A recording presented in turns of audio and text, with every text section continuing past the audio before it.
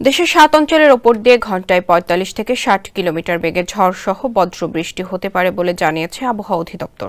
রোববার সন্ধ্যা ৬টা পর্যন্ত দেশের অভ্যন্তরীণ নদীবন্দরগুলোর জন্য দেওয়া পূর্বাভাসে এমন তথ্য জানানো হয়েছে। পূর্বাভাসে বলা হয়েছে, খুলনা, বরিশাল, পটুয়াখালী, কুমিল্লা, নোয়াখালী, চট্টগ্রাম এবং কক্সবাজার অঞ্চলের ওপর দিয়ে দক্ষিণ অথবা দক্ষিণ পূর্ব দিক থেকে ঘণ্টায় ৪৫ থেকে ৬০ কিলোমিটার বেগে অস্থায়ীভাবে দমকা অথবা ঝোড়ো হাওয়া বয়ে যেতে পারে। সেই সঙ্গে বৃষ্টি অথবা বজ্রসহ বৃষ্টি হতে পারে। তাই এসব এলাকার নদীবন্দরগুলোকে ১ নম্বর সতর্ক সংকেত দেখাতে বলা হয়েছে।